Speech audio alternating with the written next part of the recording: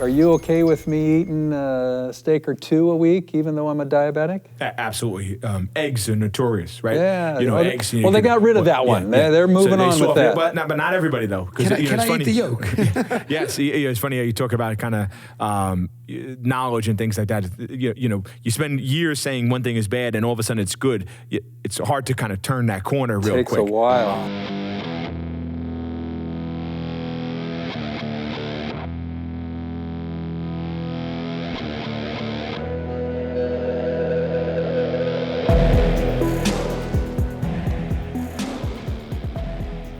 Hey guys, Eric Zier here from Move the Needle Nutrition, along with my co-host, Dr. Russell Tigas.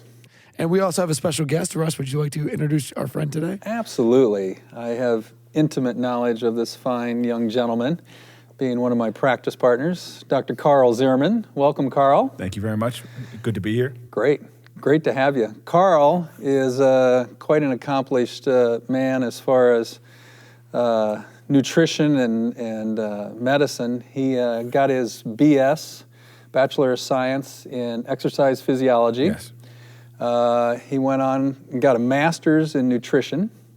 Couldn't quite get enough after that and decided to go to medical school. Needed more, went and did a fellowship in sports medicine. And finally, he's got a job. Yeah. A couple years later. That's right, a couple years later. And he's a wonderful doctor, I can vouch for that. And he specializes in primary care sports medicine and really does a great job of taking care of patients. Today's episode is going to be focused on health and diabetes and nutrition. And Karl has a little bit of special expertise in that area, not just from all his excellent education, but also his wife is a longtime type 1 diabetic, correct? Mm-hmm. Yes, she is. Well, to start this off, Karl, why don't you just tell us a little bit about diabetes and where we can go from there? Well, thank you very much for taking the time to invite me over for having this conversation. But I'm pretty passionate about diabetes. As you alluded to, I started in exercise physiology. I started doing cardiac rehab, and you realize that there was no knowledge of nutrition at the time. And it would, often there would be handed out a piece of paper that would say, "Hey, here's a low-fat diet. There you go." And maybe it was two-sided. Normally it was just one-sided. And, with big numbers. Yes. And you realize kind of like everybody involved really didn't have an understanding. And back, 20 plus years ago when I got my nutrition degree, it was even different than what was being pushed, the low-fat, concept, high-carb concept that was being pushed at the time was inaccurate. And that's kind of got me into focusing on diabetes. So diabetes, there's really kind of there's several types of diabetes. There's clearly type 1 diabetes, which, as you alluded to, my wife, she's insulin-dependent diabetic, so that means you have no insulin production. That's maybe 5 or 10% of diabetes. The bulk of diabetes is type 2 diabetes, which is really the kind of epidemic that's going on in the world right now. And I say the world because really, not just the United States, a lot of these things we've given a lot to the world. And some of it is our dietary habits. And that's something so that's the bulk of it. 95% of diabetes is the type 2 diabetes, which is kind of associated with metabolic syndrome, insulin resistance. And it's going to be bulk of what we're going to be talking about today. Then there's some other subtypes that are a much smaller percentage. There's some genetic anomalies, MODY, maturity onset diabetes of the young, which is kind of like a mixture. You need some insulin, but you're not necessarily a type 2 diabetic. Then there's pancreatic insufficiency if you lose your pancreas for some different, or the endocrine function of the pancreas. So there's a couple other types that get into this kind of mixed bag of diabetes that get a little bit more complicated. But still some of the fundamental concepts of diabetes, particularly related to insulin resistance, really kind of trickle into all aspects of it. So even a type 1 diabetic can have problems if they're not taking care of themselves with respect to diet and exercise. So like you said, majority of American diabetics are type 2. Mm-hmm. And what's the cause of type 2 diabetes? So I sigh there for a second because it's multifactorial. Certainly, from my perspective, diabetes, and you see really since the late 1970s, early 1980s, there's been just a massive increase in diabetes, obesity. There's even this combined term called diabesity that some of the functional medicine doctors have promoted. And it's right, because it really is kind of intertwined. But the cause of diabetes is multifactorial. So genetics plays a little bit of role, and there's certainly some families that do have a very high propensity of type 2 diabetes, more so than type 1. And then diet. Diet really plays a fundamental role, particularly high refined carbohydrates. Fructose is really one of the main sugars that really plays a negative effect in diabetes. And then you get into this other aspect of less activity, inactive lifestyles. We used to walk to and from to the store and do different things and do a lot of manual labor. Now I can push a button and pretty much have anything I want. And COVID-19 has highlighted that we don't even have to leave our house, for anything. So, right. You really realize that aspect of it is huge. And then you get into the hormonal concept, whether it's part of the processing of foods, whether it's hormone-laden meats and dairies and products like that, plus some of the plastic things in plastics that have some effect on hormones as well, can all play contributing roles to diabetes. Some medications can play a role in diabetes as well, but really fundamentally it is really that nutritional concept, that poor diet related to high refined sugars and low fat, low protein diet really plays a big role. So let's go down that road a little bit. So I'm going to say 150 years ago, in the wild, wild west, was there type 2 diabetes then? Do we really know if there was any diabetes before the industrial age? I do not think there really was not much type 2 diabetes at all. I think kind of survival of the fittest, so to speak. I think the ones that did get it, we didn't have heart disease medications. We didn't have all these amazing medications that we have right now to prolong life. So I think the few people that may have become type 2 diabetics for a variety of reasons, they didn't survive. But no, I do not think there was significant amounts of type 2 diabetes, 150 years ago, even 100 years ago. And so then we got into the 1900s, we got into our industrial age. And, it's a little bit interesting when you kind of look at it, there's several graphs out there, and as medical providers, we've seen a lot of them where, you see the rise in processed foods ingested, the rise of sugars ingested, and it literally tracks obesity, and then it tracks type 2 diabetes. I mean, the curves are literally, you can lay them almost one on top of the other. A lot of times just offset, where you'll see the sugar consumption and then the obesity, and then just a little bit further down the line, you see the diabetes. So is type 2 diabetes caused by obesity? They're intertwined because you can have, so when you look at the definition of obesity, you can have type 2 diabetics that aren't obese. You can have very unhealthy people that are, look fit or look healthy, or the appropriate weight, or even appropriate BMI, but they actually have profound diabetes. And sometimes that some of those patients can be actually more complicated in terms of managing them. They have, more problematic diabetes and things. So no, it's just intertwined. It just that.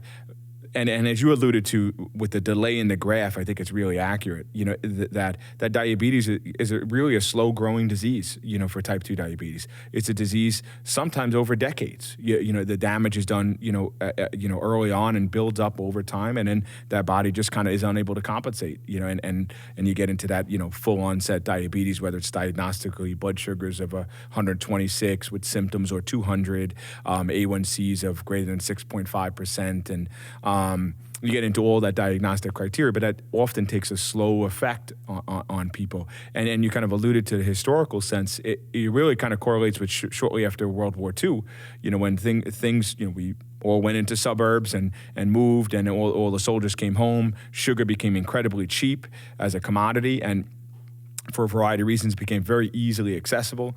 And then the development in the 70s of high fructose corn syrup, which was even sweeter than normal sugar, and how that was actually a cheaper form of sugar. So you can make the same products now with cheaper things, and you could do things like soda and have salt and high fructose corn syrup that has this kind of synergistic effect to make you thirsty. You want more. It's a perfect food right there, right? and you go into how that can almost have an addictive concept, in the human body, that it actually, the kind of Pringles commercial, once you pop, you can't stop. There is science to that. There is science to that. I love Pringles, man. It's very true. You can't stop. I mean, how many people right now in our population, maybe in the U.S., have diabetes? Like, what percentage are we looking at with that? Oh, the percentage. Well, the percentage of obesity is over 50%. And diabetes, depends on kind of definition, and you get into this concept of pre-diabetes, and it's interesting that we don't have pre-cancer. Well, we do have some pre-cancers, but in general, I don't have pre-knee arthritis. I have knee arthritis, or I don't have knee arthritis. Yeah. There are some pre-cancerous things, but for the most part, you have now it's kind of this concept we're even diagnosing diabetes before you actually have diabetes. You have pre-diabetes, and you have insulin resistance, you have metabolic syndrome, but you don't necessarily fit the full criteria of diabetes. But we know you're going that way, so you're on. We just kind of just give it a couple more months. You keep doing what you're doing, and we're gonna see you soon enough for some. In theory, we're warning you ahead of time. Yeah. But the numbers are astronomical. 30 million people, or plus with type 2 diabetes. I mean, the numbers are just astonishing. So. Well, there is an interesting and astonishing number that was published about 6 months ago, that 88% of Americans are metabolically unhealthy. That they either have pre-diabetes, diabetes, obesity, or some other type of metabolic disease. 88%. Yeah. It's breathtaking. It is to look at that. And it's overwhelming our healthcare system. Absolutely. But the diabetes by itself, what's wrong with having diabetes? I mean, my sugars are a little high. We have all these fancy drugs. Just watch the commercials on TV. I mean, we can cure anything. Yeah. And high sugar is not going to kill me. What's wrong? And it's a good question, because that's kind of the main issue, right? Just by having a disease, okay, big deal. But diabetes, there's really essentially not much of a body part that it doesn't affect. It can affect the eyes. It's one of the leading causes of blindness, of preventable blindness in the country, in the world. It can affect the liver, fatty liver. There's, I got an article in my little feed today, my email feed, talking about 2 epidemics: diabetes and liver disease, or non-alcoholic fatty liver disease, which can increase liver failure. And it's actually one of the highest growing rates of liver disease. So with the liver disease, back in our medical school days, it used to be the only people who got liver disease were the alcoholics and the people who got hepatitis. Yeah. And now the number one cause of liver disease is fatty liver disease. It's unbelievable. That kind of non-alcoholic fatty liver disease, which is related to metabolic syndrome, the metabolic dysfunction. It can affect the kidneys, cause kidney failure, dialysis. Dialysis is horrible. In our world, in the orthopedic world, it increases poor outcomes, failures, failure of healing, wound healing, amputations, the skin, it can cause acanthosis nigricans. It can cause rashes in the skin. Can you spell that? No. So there's dementia, cancers. Pretty much there's half a dozen at least cancers that have been known to be associated with diabetes. Diabetes promotes inflammation. So we're reading. All of us are reading this right now with COVID-19. So inflammation's promoted. It can affect cancer, can affect heart disease. So heart disease essentially is an inflammatory disease. It increases uric acid, increases blood pressure. Another aspect of inflammation. You can see, I think what they're finding with COVID-19 now is that patients that have this higher inflammatory state have a tendency to do poorer, and that has a tendency to be related to diabetes and obesity. So those things, it has profound effects on the human body, and very subtle, in terms of, many patients manage pretty well. They don't necessarily have all the symptoms. You talk about the symptoms of diabetes, being thirsty, sometimes weight loss, especially when you're really getting initially diagnosed, you can get sometimes a rapid weight loss when you almost kind of get in this kind of malnourished state. Thirst, increased hunger, just not feeling well, feeling fatigued, run down. Those symptoms aren't always so profound like we read about in our textbooks. Sometimes they're very, very subtle, and it's going to the doctor regularly, having regular checkups, so you're finding out, hey, this is starting to creep up. And the concept of that pre-diabetes diagnosis is that, to say, hey, maybe we can intervene here at an A1C of 6, preventing you from getting there. But there's a little kind of controversy of that it, some people don't really make changes, and some people, you predicate them that they're going to get diabetes, so they just, we're going to get it anyway. Might as well eat my donut on the way out. I got a lot of stuff to peel back here. So There's so many places to go with oh this. my I'm goodness. so excited for this I'm like conversation. an onion. a sweet onion. So let's go back to COVID for a second. I was talking to someone and getting my info on my vaccine, and they were talking about alternative treatments. So people with mild symptoms, if they test positive, can actually, there's a couple infusions you can get. But you have to qualify for them. And what's the qualifying criteria? You have to be morbidly obese with a BMI greater than 35, and you have to have a metabolic condition. So it's like we're perpetuating and encouraging people to be metabolically ill. 88% qualify for that, according to our previous discussion. It's amazing. It's amazing. So you mentioned a few other terms when you talk about the symptoms of diabetes, and thirsty and different lab values and stuff. And you mentioned A1C. What's A1C? So hemoglobin A1C is glycosylated hemoglobin, so it's a hemoglobin attached to hemoglobin. So it's that little kind of sugar molecule, and it's measured over 3 months. Hemoglobin, the blood cell lasts about 3 months. So there's a couple assumptions with that, assuming a stable blood count, that you're not having a fluctuation. If you have certain anemias, that can actually throw off that value, and then there's another test you can do for that. But it gives a pretty good estimate of the 3-month average of your blood sugar. So an A1C of 6.5%, 7% is somewhere around an average blood sugar of 150. So what's a normal blood sugar for a perfectly healthy stud like you? So normal blood sugar fasting should be below 100, so 70 to 100. And then, with meals, you should be pretty much below 160 to 180. You should be below that range. And then the hemoglobin A1C, you should be below 6. Below 6.5 is not diabetes officially. 6.5 is diabetes. Then you get into that kind of 6 to 6.5% is essentially that pre-diabetes. Some people say 5.8% to 6.5% pre-diabetes. So when you talk about pre-diabetes, I get it that, that's the step before diabetes. Why are we concerned about that? What's going on there? So, as I was saying earlier, it's a very slow process. This is something that's happening over years, if not a decade. So, if you can kind of see that trend going up and catch it at, and see, listen, this has been you've been steadily going up 0.1 percentage points over the last 2, 3, 4, 5 years, we can make some changes. We have to do something. What's going on here? But what's behind the scenes is that liver is starting to work too hard. That kidneys, because even that little low blood sugar, the little blood sugar that's creeping up just a little bit more, has a toxicity to the cells. And so when I say that it's problematic to the liver, to the kidneys, to the eyes, it's toxic to those. So it's causing this toxicity that's in essence slowly killing the nerves. Another aspect is neuropathy.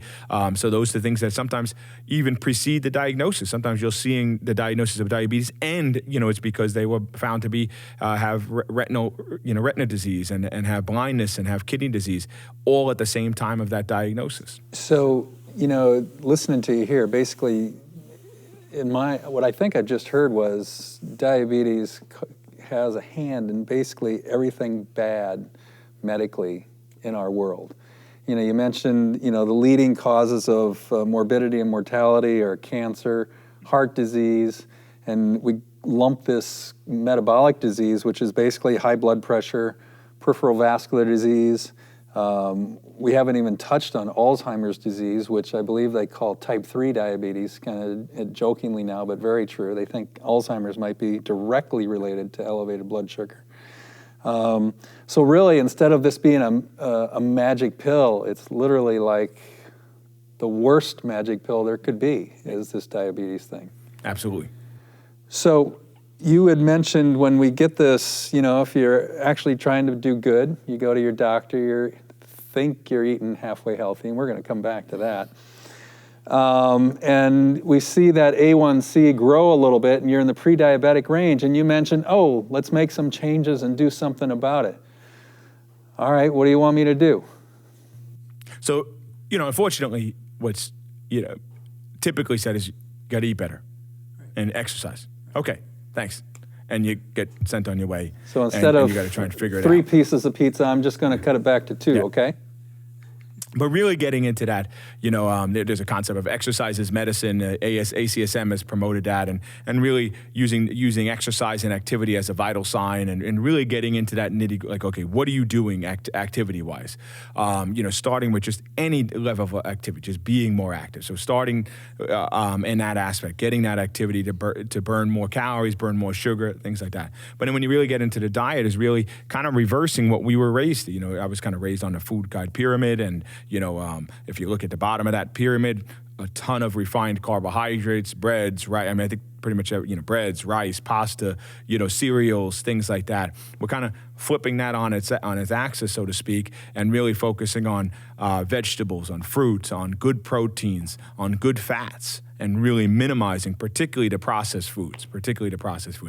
I've never really been one to really restrict fruits and vegetables. I don't know anybody that ever got, you know, yeah, my diabetes only happens because I really can't put that watermelon down. You know, I've never really had that said to me. I've never had that case. Maybe there is a case I ate too much broccoli and blueberries and chicken. Yeah, maybe that blueberry and chicken, you know, bender that I went on, you know, it is what kicked me over the edge. But so it's really that refined carbohydrates. It's really that the sodas, the juices, the sweet tea. I worked in North Carolina for a little while, so sweet tea was really popular. The bread, the rice, you know, and pasta. And you talk about, you know, historically as well, things, you know, you can look at the soda bottles, again, going on rationing and things like that. The soda bottle that was a regular soda bottle, typical serving was 8 ounces, you know, initially. Then it was 10 ounces. Now you have a 12-ounce can. Now you have the bottle, which is, you know, like the typical size bottle is actually 2.5 servings in that bottle, but nobody drinks, you know, oh, I'm going to put this down for tomorrow and have my second serving tomorrow, and the third half serving on the next day. You drink it all at once, and now you got the super big gulp, you know, 60 ounces of sugar, and so that whole concept. But all our plates have expanded exponentially as well.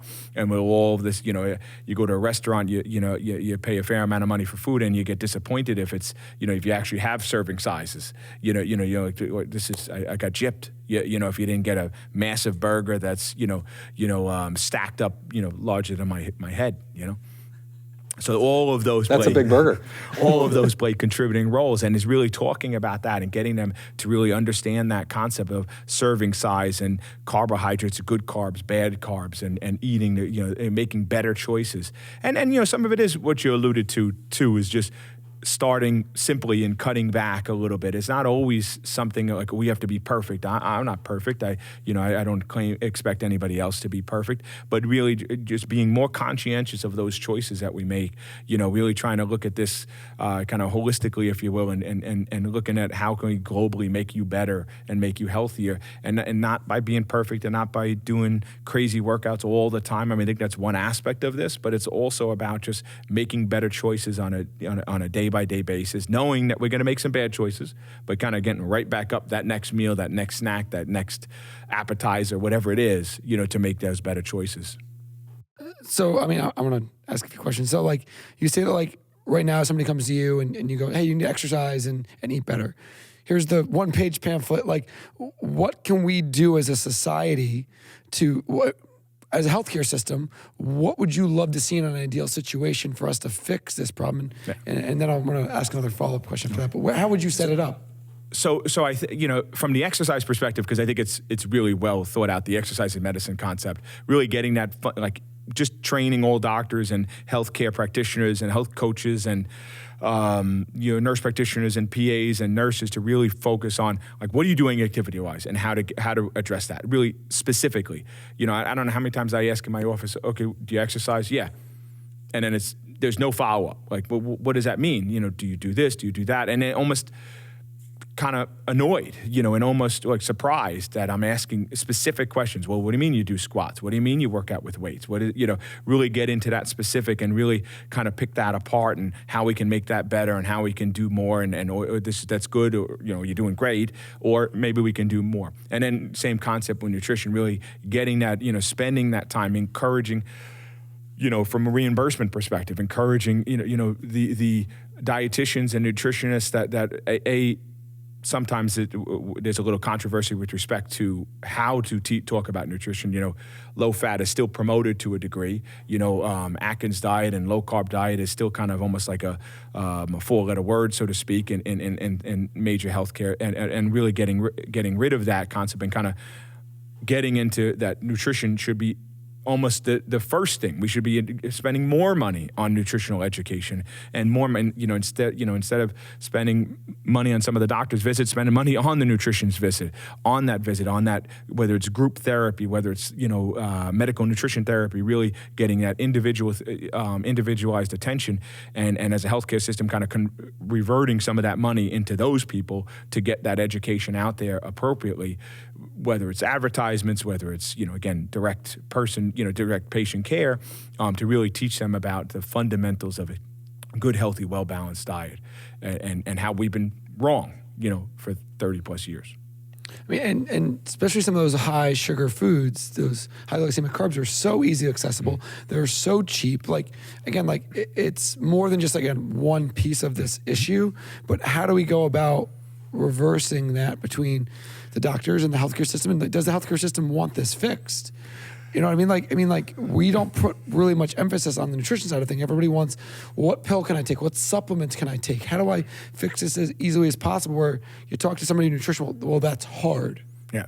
So where do you want to see this go as a doctor? Well, so ideally, certainly there's certain drivers that medications are, you spend millions of dollars to come up with these amazing drugs. There's promotion, we see them on TV all the time, all these different drugs on TV. I don't see many advertisements for a healthy diet on TV. I don't know if I missed that. Maybe I don't watch that show. I saw an Apple commercial. Yeah, one time. That's right. So there's a few of those. Drink some milk. Got milk, and that's actually from the dairy industry anyway. But so that concept is important. Yes, medications are great, and it's wonderful that we have medications because everybody's not going to be treated perfectly. But we like that instant gratification. We like that quick fix. You see all these wonderful stories on the news. So-and-so lost 100 pounds during COVID-19, because they started dieting, or 100 pounds in 3 months or 6 months and things like that. Even, those are good. It's nice to see that people are making changes, and, but it's sometimes somewhat misleading that it's just, okay, in 3 months I can lose 150 pounds. There's just doesn't exist. It's really, it took years to get here. It's going to take you, in some cases, years to get out, but that's okay. That's okay. You got to start somewhere. You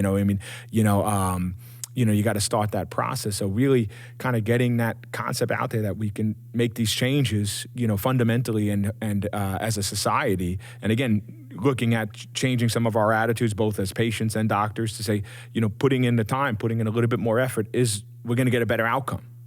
As opposed to here's that quick prescription. Because it takes me 3 seconds to I don't have to write it anymore. So you don't have to read my penmanship. I just click a button. And 3 of them are sent within, I don't know, maybe it takes 4 clicks and a minute and a half, and I just sent 4 medications to the pharmacy for your 4 problems that I could have treated with maybe a longer conversation and maybe more complicated conversation with respect to diet and exercise, and really getting into the, why do you eat this and why do you eat that, and what access do you have to healthy foods, because that's another big aspect too. Whole Foods is wonderful, and that's a they've done ton of great healthy foods there, and quinoa and millet and buckwheat, all these different whole grain, these good grains and seeds and things. However, that's not necessarily easily accessible for, with some governmental programs that people don't have access to. What they do have access is McDonald's that has a $1 menu right up the block, and there's dozens of them, and every other, fast food that has a $1 menu that you could feed a family of, 4 for $10, $20. And you'd have a lot of calories, not necessarily a lot of nutrient-dense foods, but so that's really, and I think COVID-19's kind of highlighted this a little bit too, how much food we threw away in the beginning when universities closed, and there's these kind of profound images of piles and piles of vegetables just rotting because they don't have a place for them to go. Because the universities took massive amounts of bananas, as their, because they had massive amount of students at their feet. Well, now you have none of that. So there's no other resource to be able to get rid of food that's going to spoil. So you just do it away.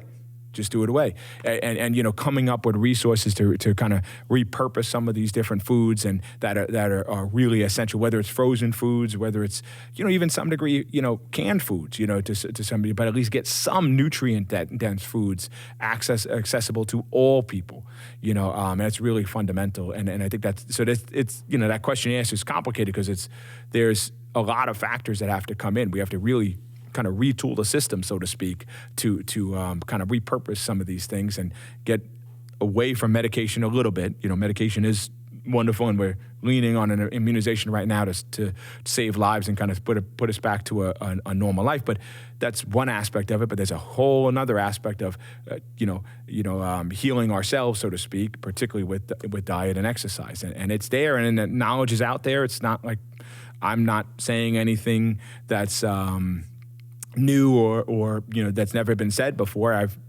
listened to podcasts all the time and read these things all the time that doctors in some cases have been saying this for 30 to 40 years, excuse me. Some cases like Atkins have been criticized and ridiculed by their own colleagues and things like that. But fortunately, I should say, these words, the voice is getting louder and louder now, that more and more doctors and more experts are starting to promote this concept of that healthy eating, healthy lifestyle is a really fundamental way to kind of reverse some of these things that we talked about earlier. Yeah, I mean, I think I always immediately think of the meme where you have two lines, it's like a cartoon. You got the line for the supplements, for the quick, easy fix, and you got the line for the nutrition. There's two people sitting on line for the nutrition, and like like you said, it's a big fundamental shift from government, from the food processing companies, to the medication, the healthcare system, to people in general. I think there's a lot that goes into it.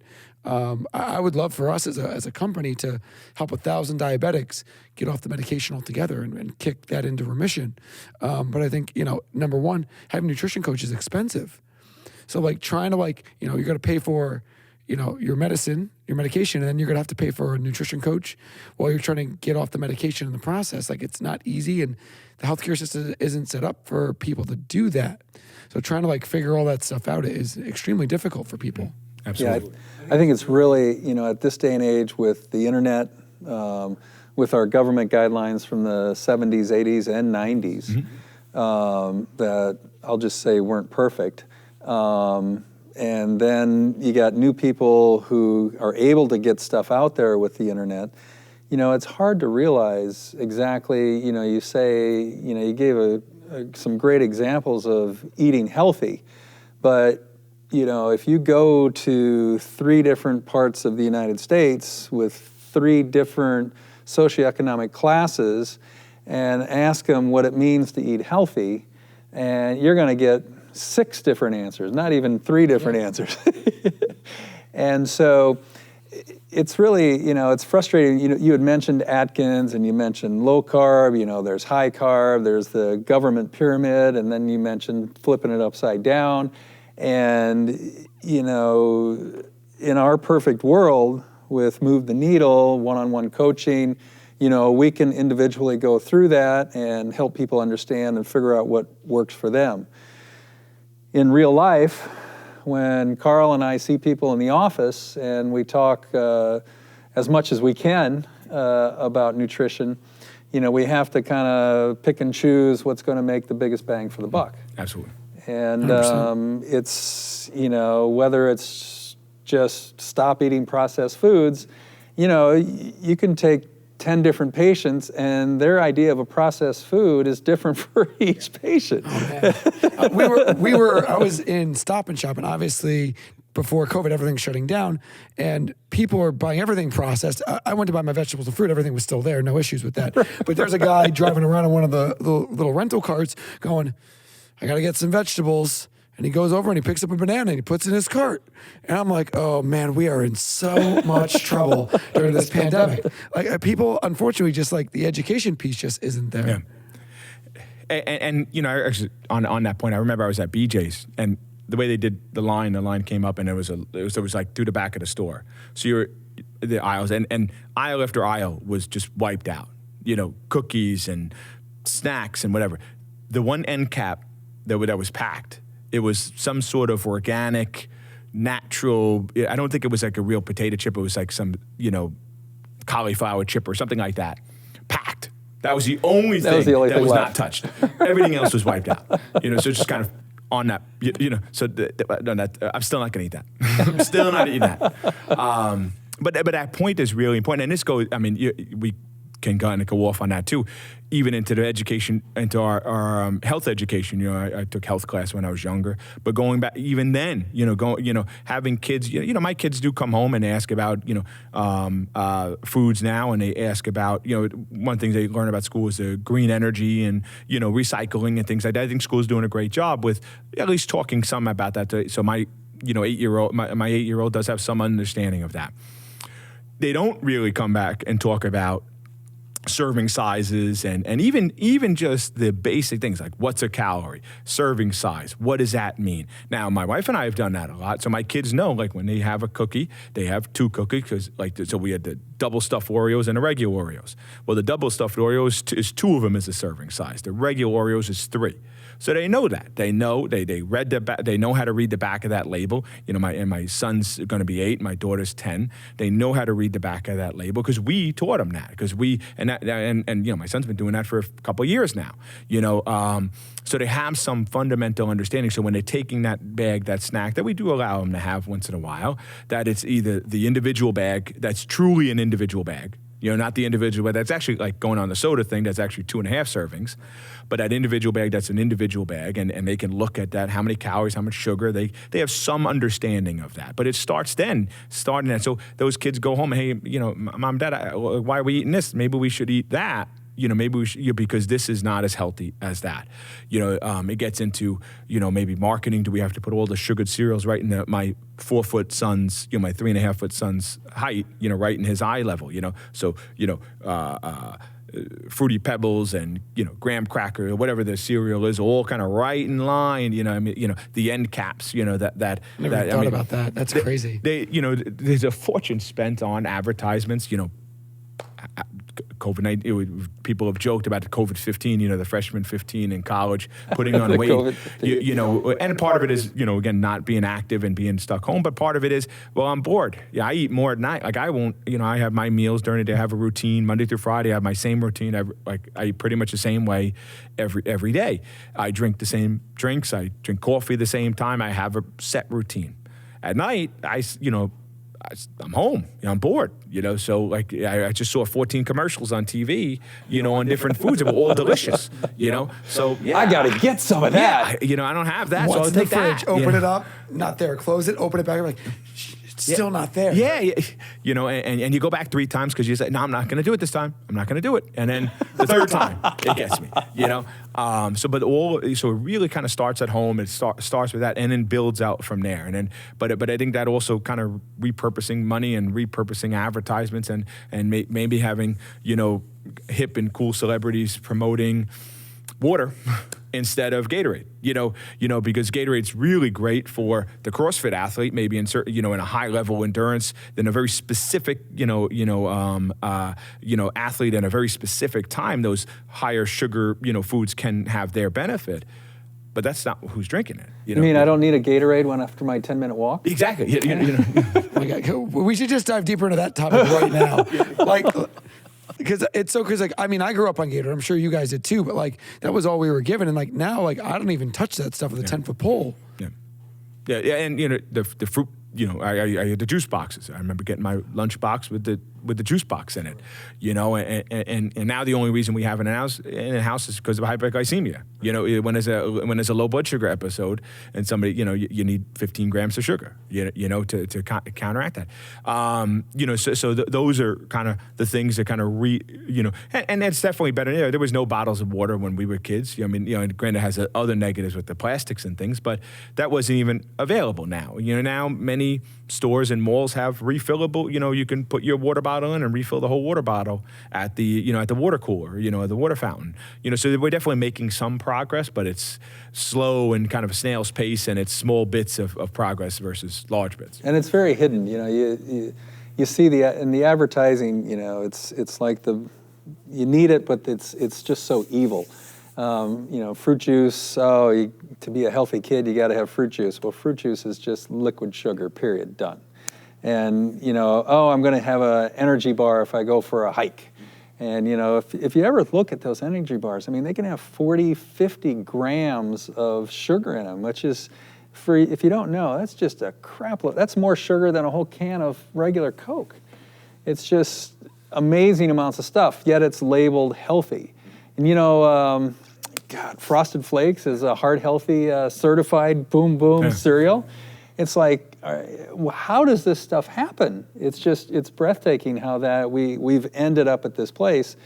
And, you alluded to it, it's governmental, swayed by these big companies who contribute and have twisted the medical data to make it look like they're doing well, and they're not. So even with let's go back to some of those obesity numbers, right? What was the original number for being obese in our country? When did that even come about? Was it originally 20%? And then we people were kind of fat and above that, so we're going to change it to 25%. And now it's 28%. What was that history like?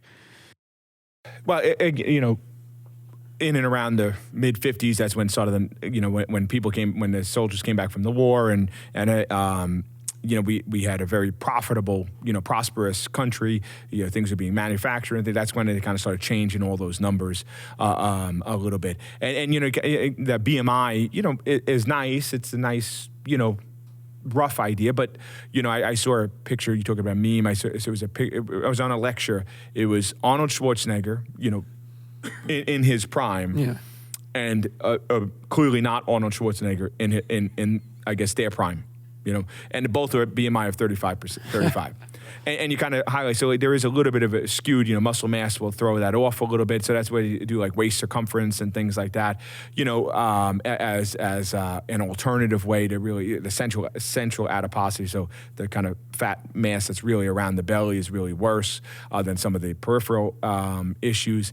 But that change, it really kind of changing the endpoint a little bit, if you will. So and you could change that in a positive. So you can move the goal to the point where, okay, now we got to really get this number better, so we can maybe even make it a little bit more people. They change it with the blood pressure goal. So now the blood pressure is now what used to be high blood pressure 140 over 90 is now actually 130 over 80 is considered hypertension. And that you can argue can be good because we're finding more people that have, maybe disease, if you will, but the goal is that we're going to prevent more death. So by moving that, now if you move it out a little bit, and say, well, you're a little overweight, but we move the scale that way. So now 200 pounds, that higher BMI isn't as bad. Then you're skewing it in the wrong direction. So you're kind of encouraging people. You got plenty of ways to go. You're not that heavy now. You keep doing what you're doing.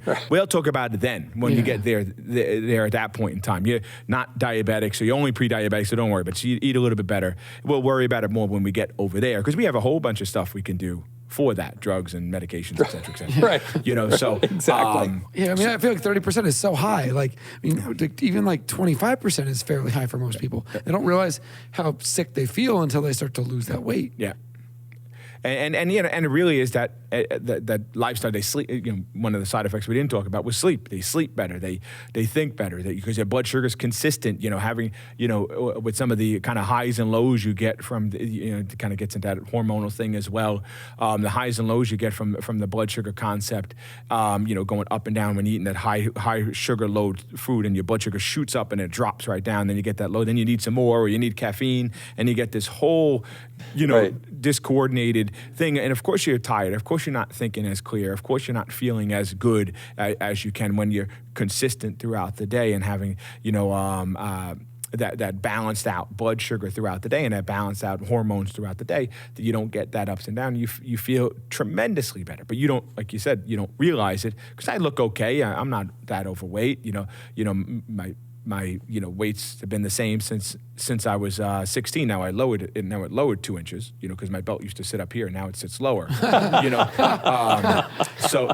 the waist is still the same. Amazing. I got it. Is that a trick I'm doing yet? I gotta go try that. I'm from the wrong spot. Now I'm good. That's awesome. Hey guys, we're going to take a quick break. Here's some words from our sponsors, and then we'll be back in a few minutes to chat more with Dr. Karl Ziermann. Hey guys, we are back with Dr. Karl Ziermann. Rush, you had some great questions and some great conversation during the little break. So let's get right into it. Great. Karl, that was great. So I've got diabetes, type 2 diabetes. What's out there for me? How's my doctor? What's a good treatment plan from a good doctor? And then I'll take it from there. So the way I try to approach diabetes when I'm treating a patient is start just talking about kind of fundamentals of kind of how you got here, what typical day is, what kind of work you do, what kind of resources you have, what kind of diet, exercise you're doing now.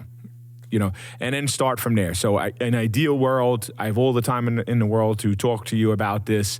Then I'm going to really break it down. First I'll talk about diet, talking about what you eat, how you eat, why you eat, those sort of things, and really start, kind of picking apart that sort of concept. You try not to be too overwhelming right away, really making on, the kind of fundamental things of carbs. The refined carbs are definitely what you want to stay away from. So what's a refined carb? So typically processed foods. So foods such as, processed breads, processed rice, cookies, cakes, crackers, chips, soda, sweet tea, anything that has that kind of processed, refined food that was kind of already prepackaged for you in most cases. There are obviously some new packaged foods that are actually quite good. But in general, that concept of that cheap, easy accessible kind of done, as you alluded to, those kind of high sugared foods, those so ice energy cream's bars. Okay. That's not a bread or anything. Yeah, good. Yeah, so I didn't mention ice cream. So ice cream is a processed food as well. So really focusing on those to try and get those out, candies and things, trying to get pretty much everything. I think I covered most everything. Pizza, fast food, fried food, those sort of things. Trying to cut back, like those are the foods you really want to be cautious of and limit. Really focusing on trying to add back as much fruit and vegetables back as possible. So one of our favorite mottos is meat and vegetables, nuts and seeds, some fruit.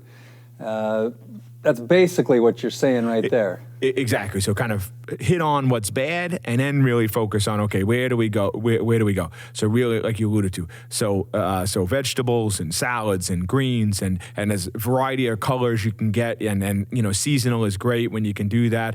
But I mentioned frozen vegetables. I think frozen vegetables is a very easy way to get actually really good vegetables in. Cauliflower is now, kind of a hip thing now with cauliflower rice and cauliflower pizzas and things like that. So you can actually be quite creative and getting that. Then adding good proteins and that's, as you said, the nuts and seeds and grains. So good nuts and seeds and quinoa and millet and even some soys and some alternative proteins. Maybe some insects if you kind of go into that world. Now we're talking. So alternative protein sources good for the future maybe. And then really good protein. So good chickens and fish and beef and cow. We live in the Hudson Valley. We're pretty lucky. I mean, I drive by 5 or 6 farms on my way to work, and all the cows are out there eating grass, and you see the signs for little grass-fed cows, and the chicken is chickens and mostly free-range chickens, and ideally organic and as fed as natural a feed as possible, and that gets in some of the wild game. By good, do you mean leaner cuts of meat? Do you mean processed? Can we go into that definition? So my definition of good, if you will, would be that concept of that, a cow eating what it's supposed to be eating, a pig eating what it's supposed to be eating, a chicken eating what it's supposed to be eating, and doing things. So moving more than like in a 2-inch box. So Dino chicken nuggets are probably not on that list. Exactly. Okay, so not to pick on Dino chicken nuggets, but yes.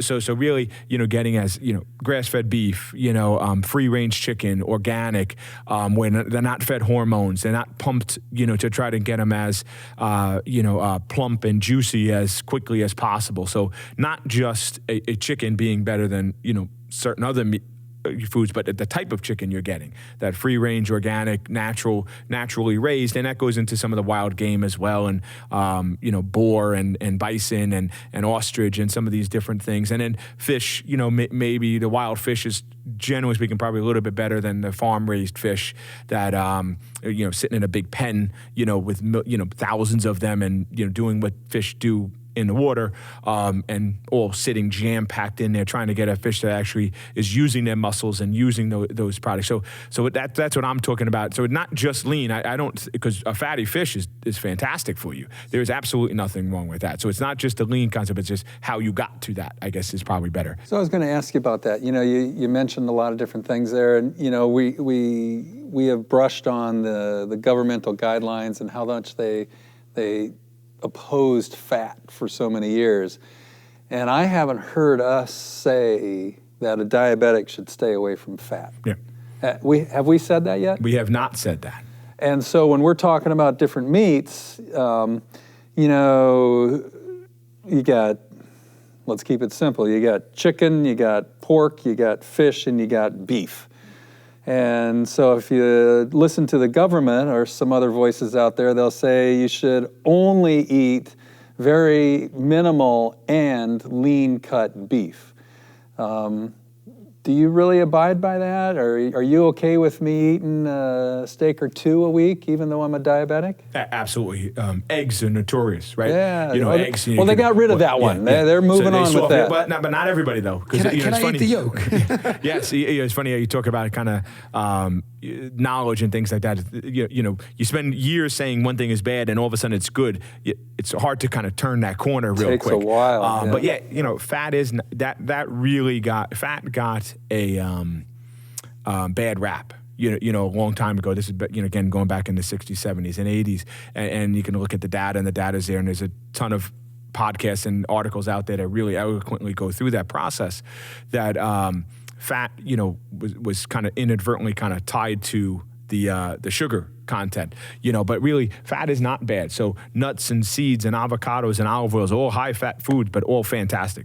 Eat away. And yes, you're right with steaks. I do not think there's a problem with steak. Again, some caveats with respect to that. Eating a good steak, a good quality steak, a good quality product, a product that's not mass produced, that's not hormone laden, that's not antibiotic laden, and not given a lot of different inappropriate things. Again, that goes into that process thing, right? So that's processing in a different way. That's processing processing, I guess, if you will, right? So you took the cow and you took a good cow and then you made it a bad cow by giving it 4 different drugs and different food. Poor cow. Bad cow. And then you didn't minimally process afterwards, but you did process it, I guess, if you will, beforehand. So I think, that concept is really important. But yeah, eat the steak and the chicken and even pork. I mean, I think, again, pork, and you can look at this from a cultural perspective too.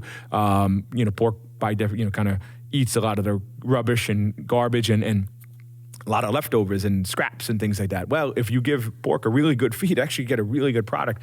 If I'm not mistaken, there's a pig in Spain that eats like walnuts or something like that. That's that's incredibly highly regarded because and just eats it kind of grazes, if you will, and I think it's like on walnuts or something like that. And so that concept, if you give an animal a really good feed or a really natural product, you're going to get a phenomenal product. product out. I think that's a Yorkshire pig or something. I think. Well, I think there's a few things too. Like people forget. One is how much, how often. Yeah. So like they're like, well, doctor said I can eat nuts, and they're eating half the can of Planters nuts or the whole thing. Like, well, the doctor said it's good, I should be eating it, and like they don't realize how much they're actually consuming, and then it goes into, are they tracking some of these things? Yeah. So how much, how often are they tracking this stuff? And the concept too is, going back to the point I tried to make earlier with respect to the kind of once you pop, you can't stop. Yes, we more protein than we ever did before, cultural, as Americans, and I think in many societies, and fat, same thing too. But we're not necessarily overeating. I'm not going on an avocado bender. You know what I mean? I'm not, like, it's just not happening. I've never seen anybody do that. Yeah, I mean, like, you eat a whole avocado, that's probably like, that's pretty filling in and of itself. It's the sugar that makes you want to go more and more and more and more. Or that whole bag of tortilla chips you had to get the avocado down. So I can eat a chicken cutlet and a half or a pretty decent sized steak, and I'm full. That fat and that protein, as long as I balance it out with the appropriate other things, vegetables and things like that, and fiber, I'm full. I'm more. So I'm not necessarily eating as much as an overall, because I'm not eating that pound of French fries that, like, I had the pound, I still want another half a pound. Because of that, the way that sugar metabolizes in my body, and the way it does kind of almost like a drug, telling me I want more of that. I don't really I want another 4 ounces of steak. I mean, I'm full on the 6 or 8 ounces of steak. Just the way that's metabolized, and add in fiber, from the vegetables and even the fruit. Again, trying to keep it simplistic. We can talk other times about different fruits that may be more problematic than others, but if you're getting that fiber in, nature did a pretty good job. Nature knew what it was doing. And if we do it that way, then we're not overeating. We're not getting that excess. We're not getting those spikes in blood sugars which correlate with the spike in insulin, which then cause inflammation and cause all the problems that go down that road. So if you really try to focus on that good, healthy, well balanced meats and seeds and nuts and that's half the battle. I mean, right there, you just eliminated half of the problems, and you probably will not have many metabolic deficits with that. And speaking to the other half of the issue being activity. Yeah. So you said activity before. So what does that mean for the average person? Yeah. So we talked about a little bit of nutrition, and we'll probably go back to that, I'm sure. But what does activity mean in your eyes for somebody who's diabetic, or where should that level be? Yeah. So that's another thing I get into a lot. Really I ask them what kind of work they do, what chores they do, what hobbies they have, etc. And you hear all the time, well, I don't work out because I work all day. And they work as a laborer or things, and it's certainly an aspect of that, but really getting that heart rate up, that moderate to vigorous activity. The WHO made their recommendation just recently, the 2020 guidelines, talking about close to 300 of moderate to vigorous 300 minutes of exercise per week, which is not that much when you think about it, but really increasing that activity. I've heard conversations regarding, I sit down a lot in my office, but stand-up desks, and now you have treadmill desks. But that concept of walking a little bit. One thing I've seen in the office with COVID-19 is now people are home, and their home is, a square, and the bathroom's a couple 20 feet over there, the kitchen's 15 feet over there, so they don't really have to go anywhere. So they do nothing from an activity perspective, unless they go out and go do something above and beyond what they do on a regular basis. I do think from a metabolism perspective, you do get somewhat used to certain things. So even if you're active on a daily basis, you have to increase that up, get that heart rate up, do more, above and beyond. So I really try to get into that specifics of, and it said again, oh, you got to exercise more. Okay, see you later. Next, trying to get into that specifics of what that means. What exercise? The best exercise is the one you like. If you hate being in the gym, then the gym may not be for you. Okay, there's 1,000 other things. Again, not to keep bringing up COVID, but it did highlight that concept that go outside, go for a walk, go for a hike. Many of us live in this country is amazingly beautiful, and we can go do thousands of different things. I was taking my kids to soccer, and there's a woman running a class in a little grassy area in the corner that was running a fitness class. the creativity is, of people to be active is really astonishing, and there's so many ways to do it, and the best one is the one you like. I mean, and a neighbor of mine walks with his children on a daily basis up and down, and we have a pretty decent hill on our block, and that's part of it. That's trying to get that activity. Ideally, it's more moderate to vigorous activity where you're really getting that heart rate up into that 60 to 85%, a heart rate max, a VO2 max. So that's really getting to that fat burning thing. But ideally, that's that. But even, kind of small steps. We have patients, Russ and I have patients that have bad knees and hips and things like that. So, I can't exercise because I can't do this. No, you can. Okay. Well, you can't do this because of that. You can't walk because you have a bad knee, but that doesn't mean you can't ride a bike, or that doesn't mean you can't do some dumbbells and some upper body works in a chair. Well, you sit on the toilet, right? Yeah, exactly. Sit on the toilet 50 times a day. So I can't squat.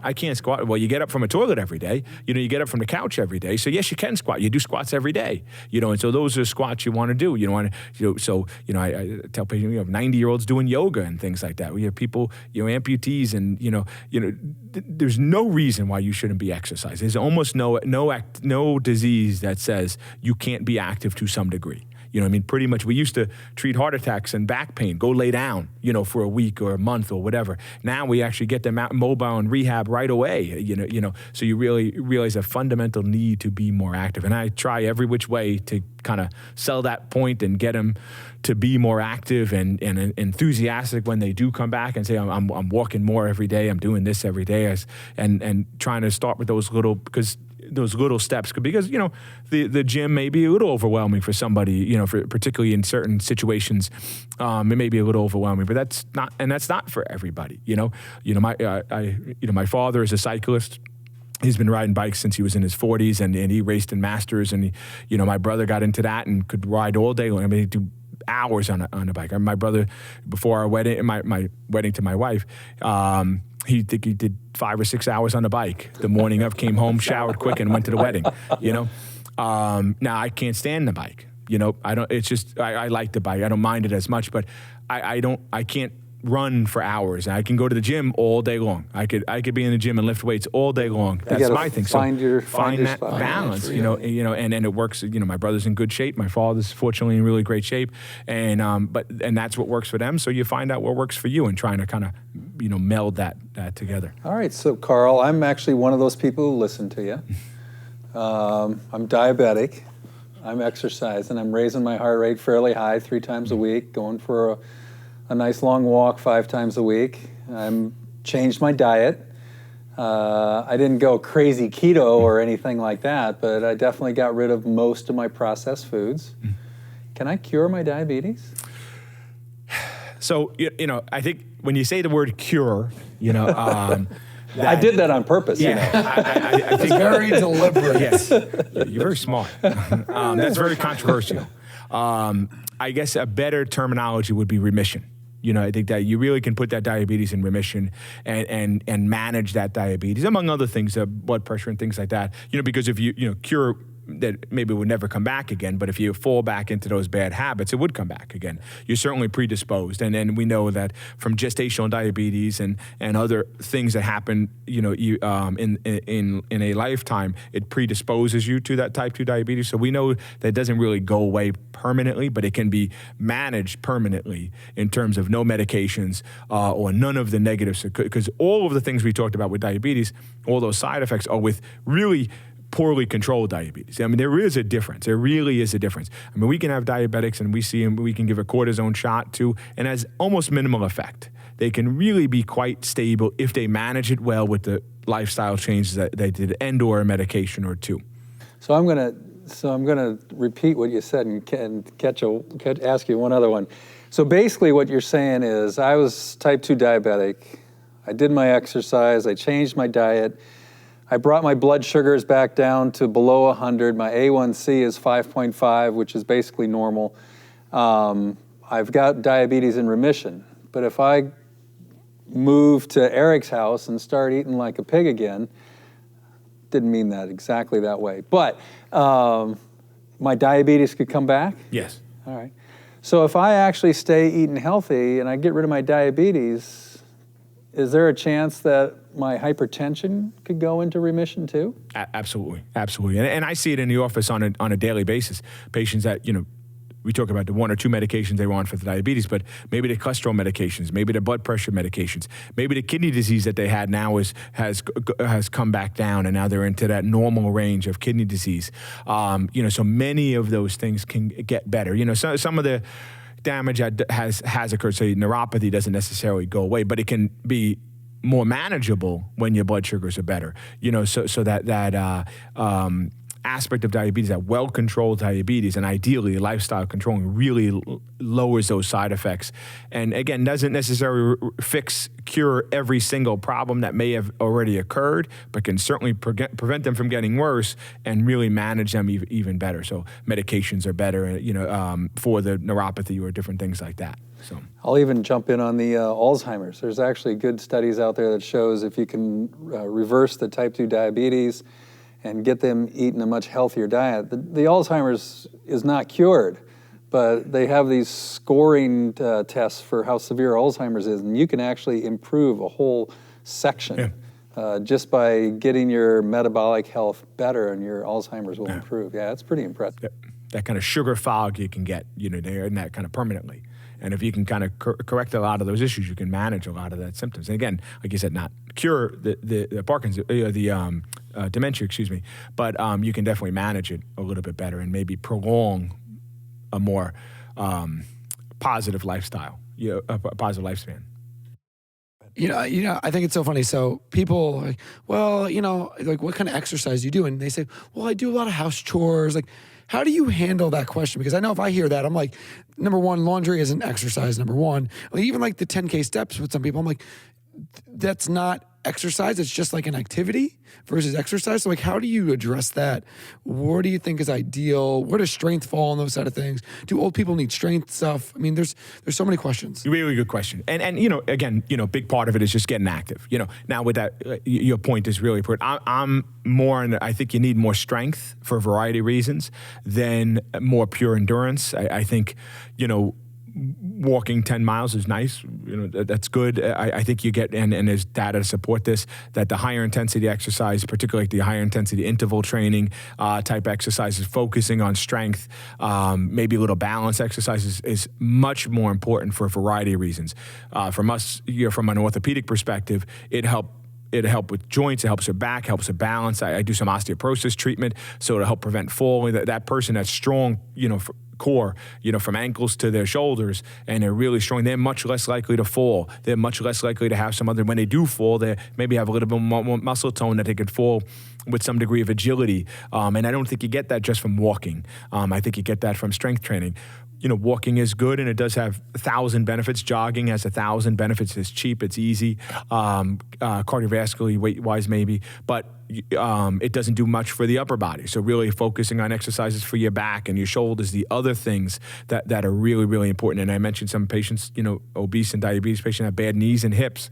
Well, if they can do exercise in the upper body, even in a chair, doing some weights and doing weightlifting and things like that, all that muscle mass, so that 150-pound muscular person will burn more calories and have better metabolism in terms of metabolizing fat and sugars than the person that's 150 pounds would say almost no or minimal or no muscle mass. So that that person that you exercise for that hour in the morning, they're burning, especially particularly exercises that use a lot of muscle mass, they'll burn more calories and carbohydrates and fats throughout the day than the person that just is just sitting around doing nothing or doing your simple chores.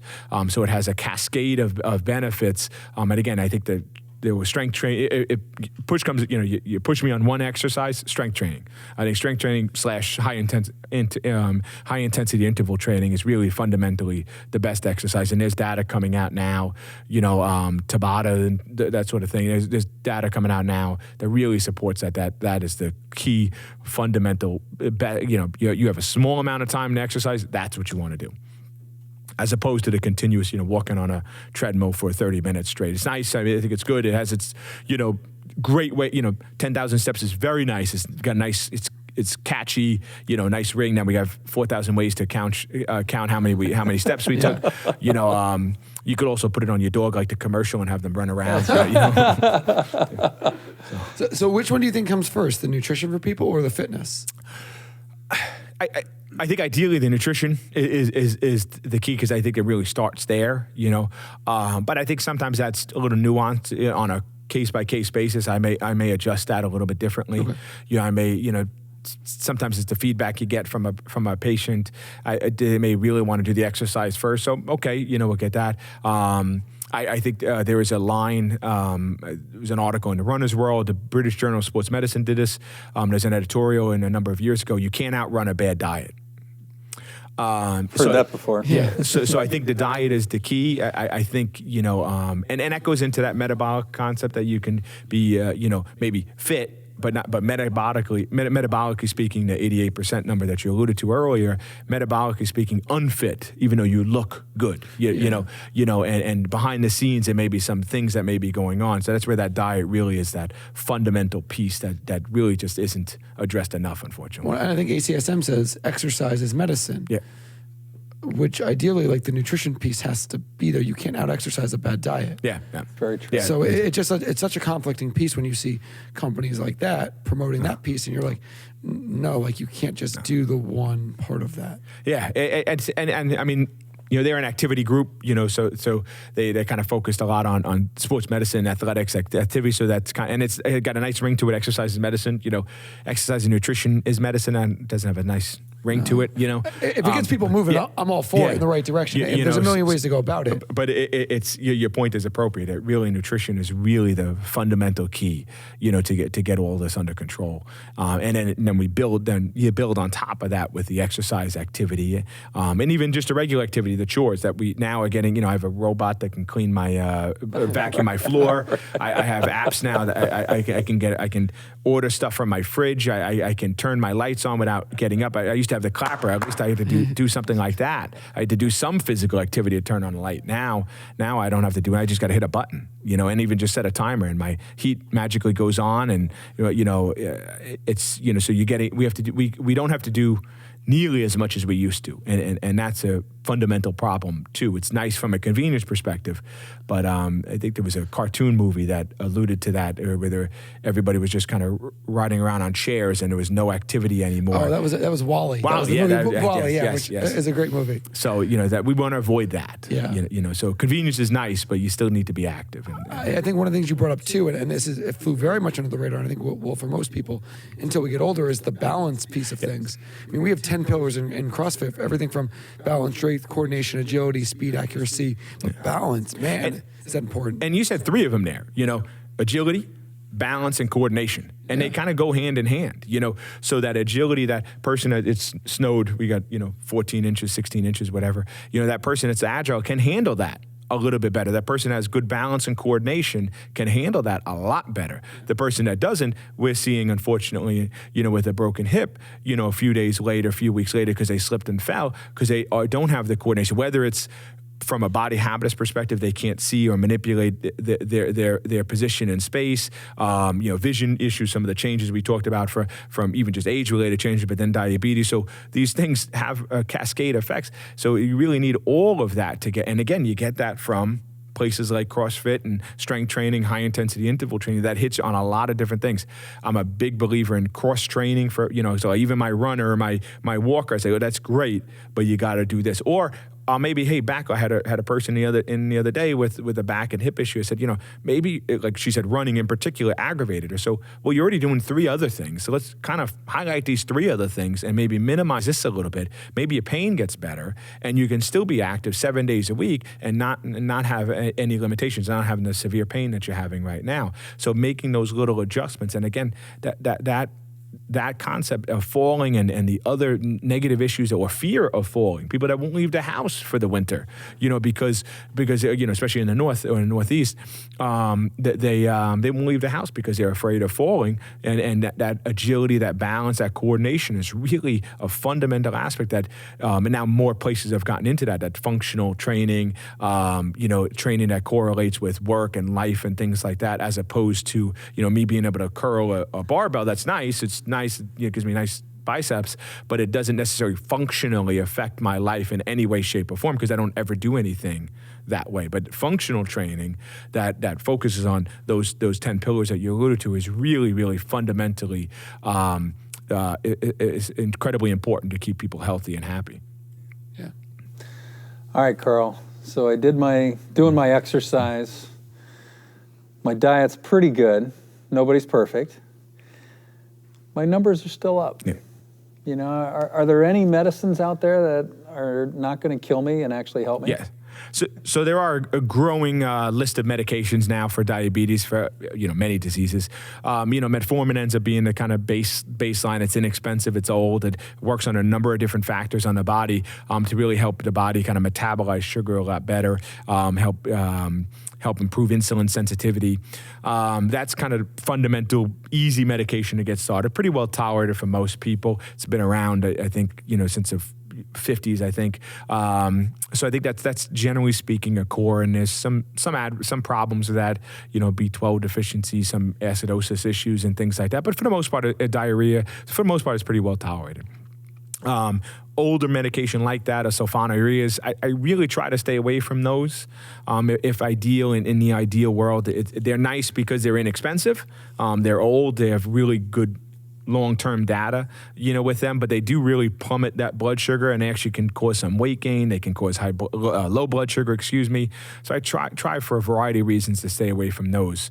The weight gain, I mean, that's exactly what we're trying to avoid. Yeah, and it's interesting on that point. There's a class of drugs, Actos and Avandia, that really kind of drove that sugar into the cell, caused a lot of weight gain and leg issues. One of them was taken off the market.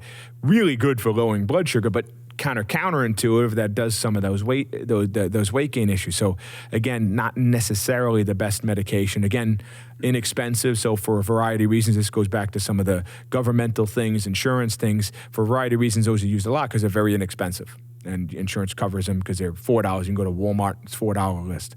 But the new drugs are really the kind of, main DPP-4 inhibitors, Januvia, nice drug, can help, has kind of neutral effect on the blood sugar. But the newer ones really are the big ones. The GLP-1 agonist, the SGLT2 inhibitors, which are just two kind of different types of medications that really help. The GLP-1 analogs happen to help a lot with weight loss. There's even a version of them now in the obesity world used for weight loss. So those medications are really nice. They're either daily or weekly injections to help lower the blood sugar and, again, help improve sensitivity of the insulin.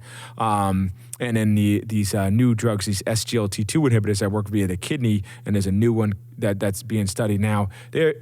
They're really great because they're starting to show data, not just that they lower your blood sugar, but they actually reduce cardiovascular death. Some of them can reduce blood pressure. They may reduce heart failure. They're really good drugs. They're really good drugs. I mean, I think that, science is pretty amazing with what they're coming up with, and then they're nice additions to the diabetic regimen. And those are typical medications, non-insulin medications that I would use. And then, in most cases, there's a couple of little caveats, but in most cases, insulin would be the last option. Insulin is very anabolic. A lot of bodybuilders have used insulin, oddly enough, to build up to get massive. So it's not exactly what you want to do. You really want to maximize everything else first. And then in certain situations, insulin becomes, an absolute need, but that's hopefully that's like the worst case scenario. Yeah, Type 2 diabetes is a disease of too much insulin. Exactly. And now you're feeding the fire, so to speak, just to control the blood sugar. And my guess is you're probably not doing number 1 and number 2 if you're stuck on insulin. That's it. Exactly. Or you're not doing 1 and 2 well enough, or you took too long to get 1 and 2 under control.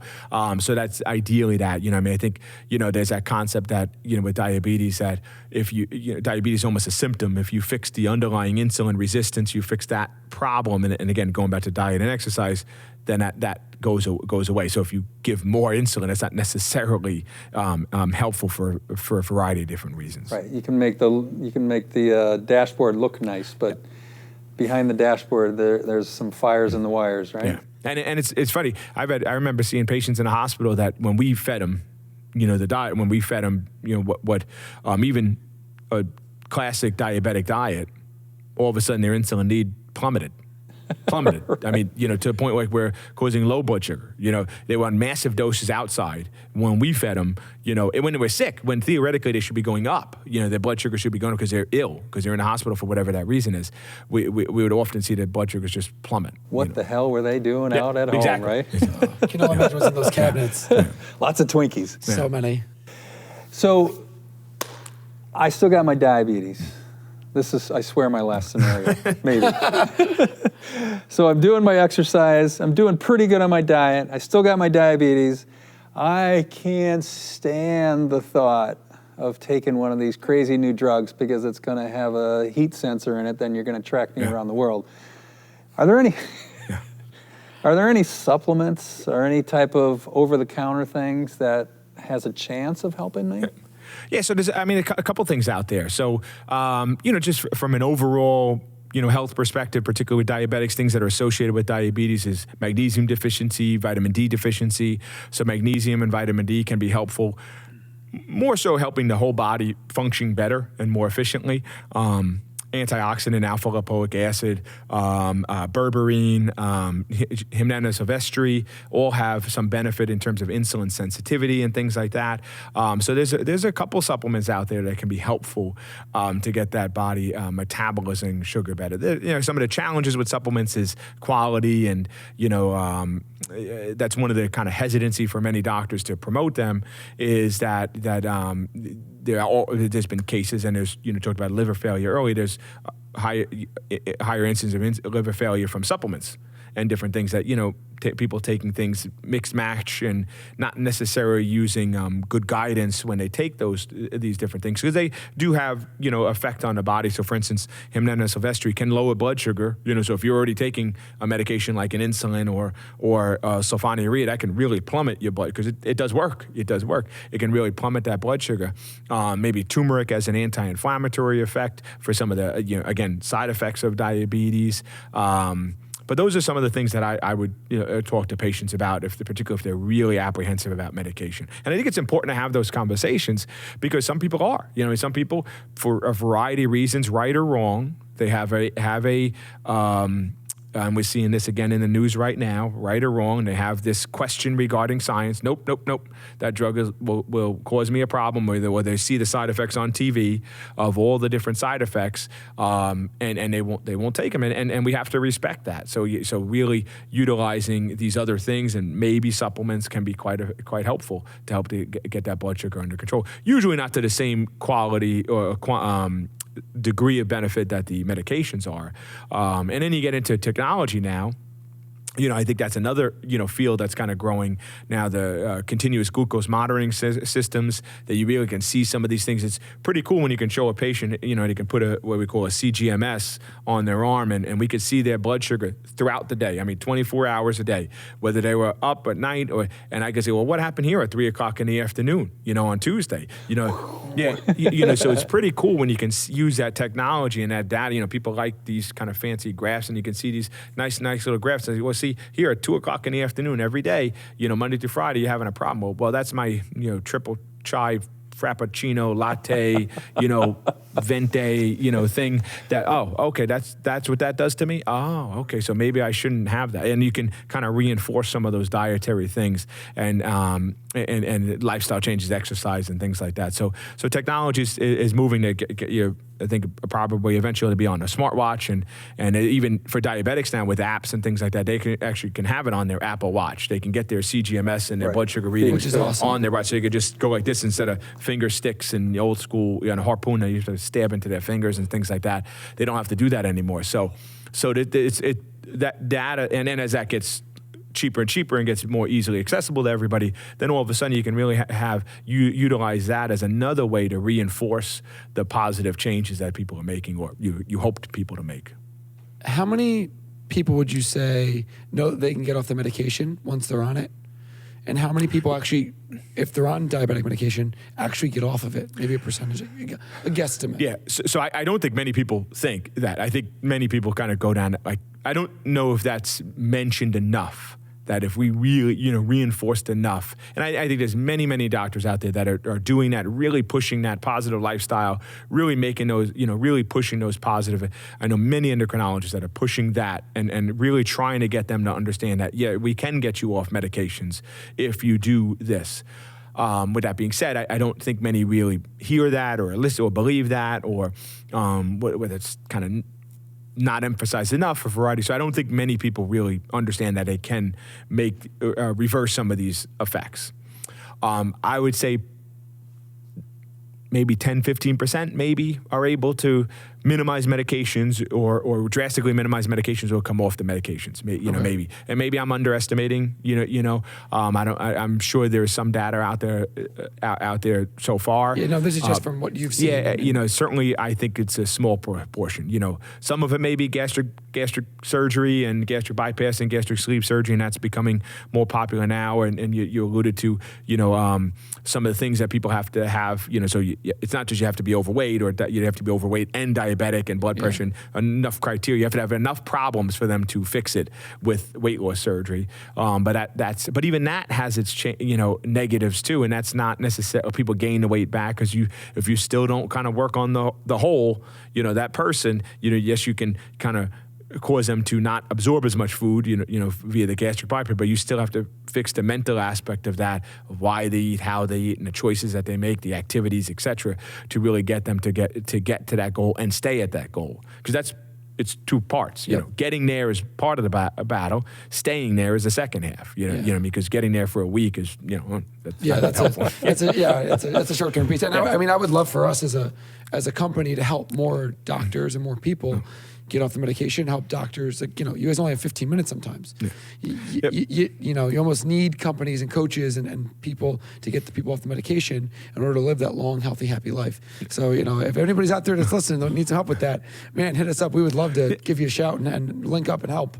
And I think that it's interesting, the telemedicine, really again, over the last 6 months, telemedicine has made leaps and bounds. People doctors and providers and systems that said they would never get on telemedicine. Now it's, a main part or a big portion of a lot of practices. And then you realize in all these different apps and companies, these really creative people that are coming up with different ways, move the needle, to get their message out there to a much broader audience than just the kind of geographical area, and I think that's essential to have these things accessible, affordable.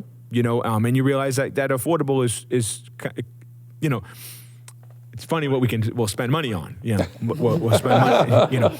So no, I can't afford that. But they have their nails done, their cigarettes, their eating out 3-4 times a week, and obviously kind of. Surgery for their dog. Yeah, but budget that a little bit, and then all of a sudden, that money's available, and even companies that resources that are available at much lower rates, and some of the government resources that may make them better to have that easily accessible to get people out, to educate people on some of these different things, so they can make the right changes and live their best life. I mean, that's what this is all about. I think that and having these resources again via Move the Needle that can reach thousands of people now, millions of people, if you will, is tremendous. It's tremendous because that's what this is all about. Because affecting one is nice, it's good, but affecting 100 is a heck of a lot better. And really, to some degree, not to make too much of it, but changing the world. It really is a big difference. One step at a time. Exactly. That's it. Cool. Carl, that was great. Thank you very much. Eric, you got any more questions for him? No, I appreciate you being on board. I always love the insight and working with you. At some point, we'll dive into the weightlifting side of things with you because I know there's a long history there. We'll have you back at some point. We're really excited. Excellent. Thank you very much. It was a great time. I appreciate it. I got one more question for you. Did you notice how nice this shirt looks? Yes. Yeah, I think they're a baseball team, right? They lose a lot to the Yankees, I think. Thank you. Appreciate that. I think it's time to sign off now. Thanks a lot, Carl. Appreciate it. Thanks so much, guys. Tune in again, and we'll see you soon.